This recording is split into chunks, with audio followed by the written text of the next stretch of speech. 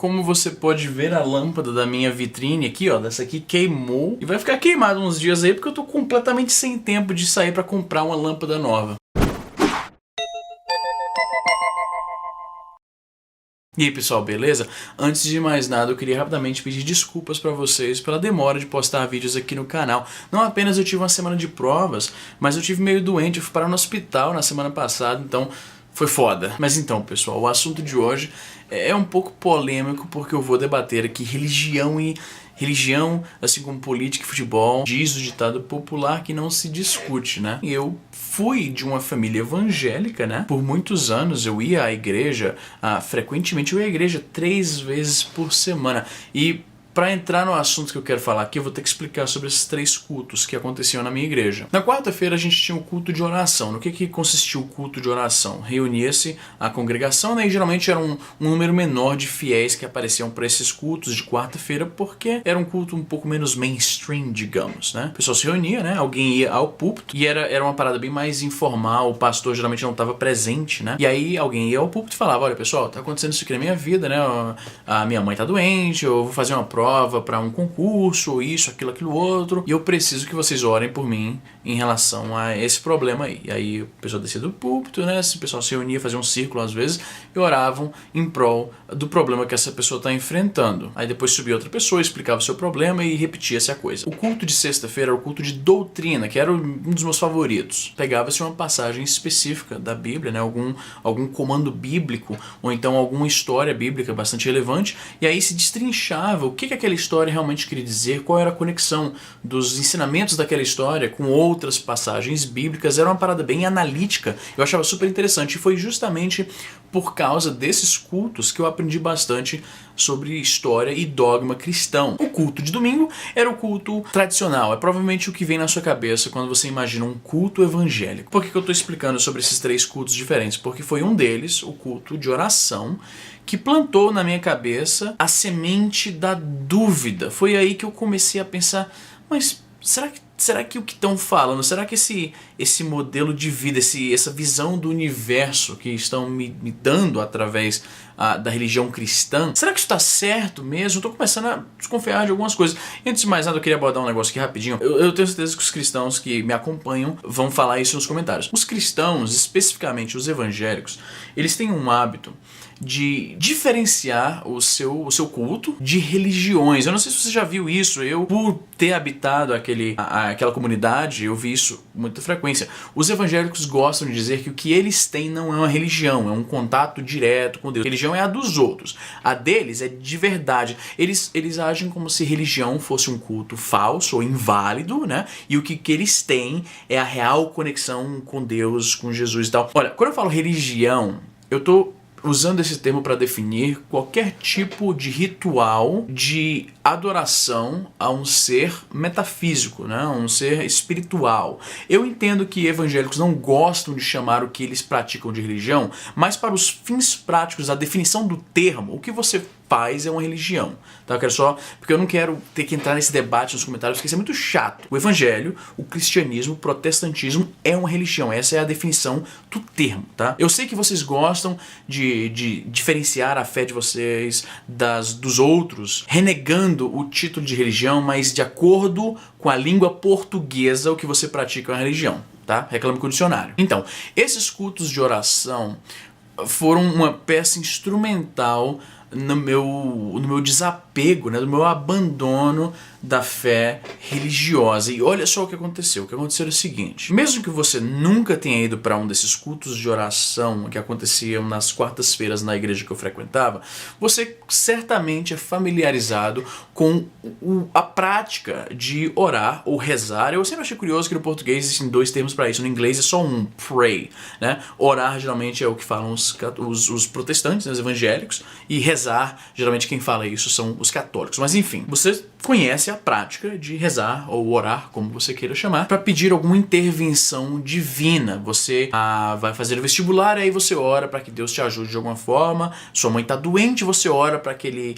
cure a sua mãe, né? O seu time está para ser desclassificado do Brasileirão você ora para que, enfim, você entende o que eu tô falando. É um conceito bastante comum, o conceito de orar, de pedir alguma intercessão, seja diretamente a Deus ou Jesus, como é o caso dos evangélicos, ou estendendo isso para santos, como é o caso dos católicos, né? Essa prática insinua que Deus está disposto a interceder por você, a se manifestar em seu favor. Você ora quando você pede alguma coisa, né? Porque você acredita que Deus pode e quer te ajudar.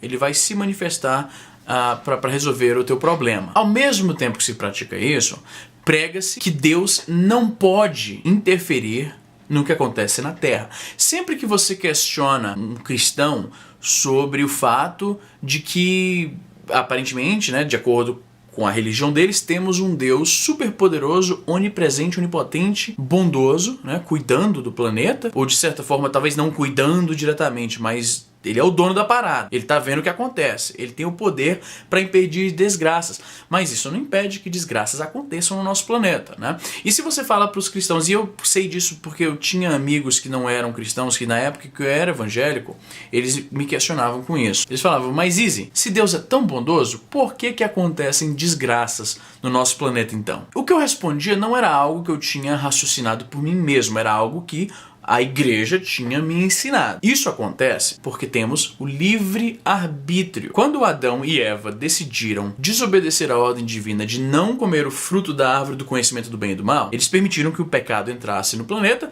Deus falou, vocês querem pecado? Então tá aí. E agora nós temos que arcar com as consequências. Essa é a explicação que eles dão de por que acontece desgraças no mundo, apesar de termos supostamente um Deus bondoso e onipotente. Aí que tá o problema.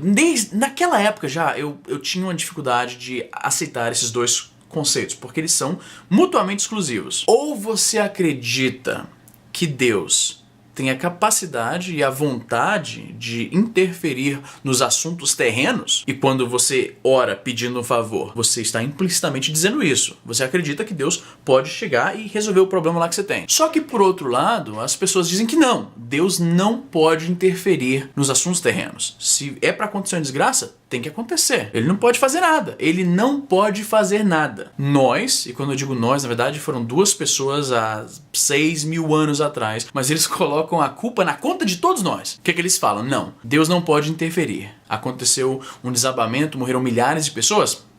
Sinto muito, mas Deus não pode se meter. Nós temos livre-arbítrio. Nós que convidamos o pecado a entrar no planeta, Deus não pode fazer nada. Cai um avião, morrem 200 pessoas. Deus não pode fazer nada. Deus tem que deixar rolar, mano. Livre-arbítrio. Tem que deixar rolar. Por que você está questionando? Por que Deus teria que se meter nisso? Por que Deus tinha que evitar isso aí? Livre-arbítrio, rapaz. Livre-arbítrio. Qualquer desgraça que aconteça, o Holocausto, mano, qualquer desgraça que tenha acontecido na história da humanidade, você questiona um evangélico em relação a isso, ele vai dar justificativas que foram ensinadas a ele para explicar por que Deus não pode se meter. Todo o dogma cristão, para justificar as desgraças que acontecem no nosso planeta, argumentam que Deus tem que deixar rolar. Esse é o problema, esse duplo pensar, essa dissonância cognitiva. Você não pode ao mesmo tempo me falar que desgraças acontecem porque Deus não tem nada que se meter, e quando você tem uma dor de cabeça, você vai e ora para esse mesmo Deus. Você acabou de falar para mim que desgraças têm que acontecer, Deus não pode se meter. O que você está me falando é que você é mais importante do que crianças africanas que morrem de AIDS ou de fome. E eu digo crianças africanas morrerem de AIDS porque o fato de que elas morrem não é nem a pior coisa, porque em alguns países na África existe a crença de que pessoas que tenham contraído o vírus HIV, elas se curam se elas fizerem sexo com uma virgem. E aí o que acontece é que elas acabam estuprando garotas, na crença absurda de que eles vão se curar do vírus da AIDS. Então você está me dizendo que Deus está ok de um cara pegar uma garota, passar o vírus HIV para essa garota, porque tem que rolar, porque é livre-arbítrio, porque isso, aquilo, outro. Não importa qual seja a justificativa. A regra que você está me falando é que Deus tem que deixar rolar, maluco. Deus não tem que tomar partido, não tem que evitar que as desgraças aconteçam, tem que deixar rolar. Como é que você argumenta isso e ao mesmo tempo você ora para que se dê bem no vestibular, por exemplo? Porque acontece isso. Tá entendendo o meu argumento? Isso começou a me incomodar já naquela época. Não entrava na minha cabeça como é que poderia acontecer alguma calamidade absurda e fiéis cristãos banalizavam isso assim, mano, é triste, mas Deus não pode fazer nada. Eles aceitavam, sem qualquer problema, essa regra de que Deus não pode interferir no que acontece na Terra. Só que quando você ora pedindo um favor, você está automaticamente ignorando aquela regra. Se a sua crença é que Deus não pode interferir com nada, se você aceita a morte de inocentes em calamidades, em tragédias, estupros, assassinatos, se você aceita tudo isso, se te ensinaram e você aceitou uma regra que justifica tudo isso, quando você ora pedindo um favor, você está dizendo: eu sou mais importante do que aquelas pessoas. Se existe de fato um Deus onipotente, onipresente, bondoso, capaz de impedir que desgraças aconteçam, ele está mais preocupado com o meu bem-estar do que de milhões de pessoas que morreram no Holocausto. Você acreditar que Deus se manifesta para te ajudar, mas ao mesmo tempo limpar a barra dele falando, não, se morreram 300 pessoas naquela enchente, não tem nada a ver com Deus, Deus não pode fazer nada. Existe aqui uma regra que explica que ele não pode fazer nada. E isso não faz sentido. Eu não consegui entender como é que as pessoas banalizavam o sofrimento de milhares ou milhões, como é que eles se convenciam de que existe uma regra através da qual Deus deixa esse pessoal se fuder, mas ao mesmo tempo pedem favores a essa mesma entidade. Não entrava na minha cabeça. Mas essa é a minha opinião. Coloque aí nos comentários o que você acha. Eu sei que isso é um assunto polêmico, eu sei que os meus amigos evangélicos vão se incomodar um pouco por eu estar criticando a sua fé, mas eu quero deixar claro aqui que eu não tô te chamando de idiota porque você acredita nisso, não tô falando nada disso. Eu tô falando que pra mim, essa justificativa, essa explicação não convenceu. E eu vou ficando por aqui. Como sempre, se você gostou desse vídeo, clica no joinha, me ajuda pra caramba, se inscreve aí, tem vídeo aqui quase todo dia. E eu vou lá, até a próxima.